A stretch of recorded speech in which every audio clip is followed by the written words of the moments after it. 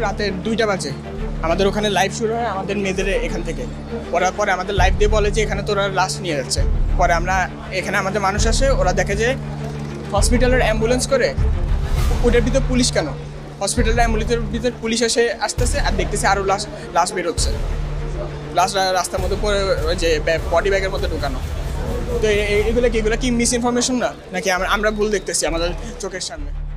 দীর্ঘক্ষণ অবরুদ্ধ থাকার পর আইন উপদেষ্টা আসিফ নজরুল বলেন, সব দাবি মেনে নেওয়া হবে, ঘটনার জন্য আমি দুঃখিত, দোষীদের বিরুদ্ধে ব্যবস্থা নেওয়া হবে। কিন্তু আশ্বাসেও শান্ত হয়নি ছাত্রদের মন। ক্ষোভ আর উত্তেজনায় মুহূর্তেই নিয়ন্ত্রণের বাইরে চলে যায় সব। উপদেষ্টাও সাংবাদিকদের উপর চড়াও হয় শিক্ষার্থীরা, ধাওয়া পাল্টা ধাওয়া, ইট পাটকেল, একসময় রণক্ষেত্রে রূপ নেয় ক্যাম্পাস। প্রায় 5.5 ঘন্টা পর পুলিশি পাহারায় উপদেষ্টাদের বের করতে চায় প্রশাসন, কিন্তু ব্যর্থ। ফটকের বাইরে হাজারো শিক্ষার্থীর ঘেরাও, গাড়িবহর থেমে যায়, উপদেষ্টারা ফিরে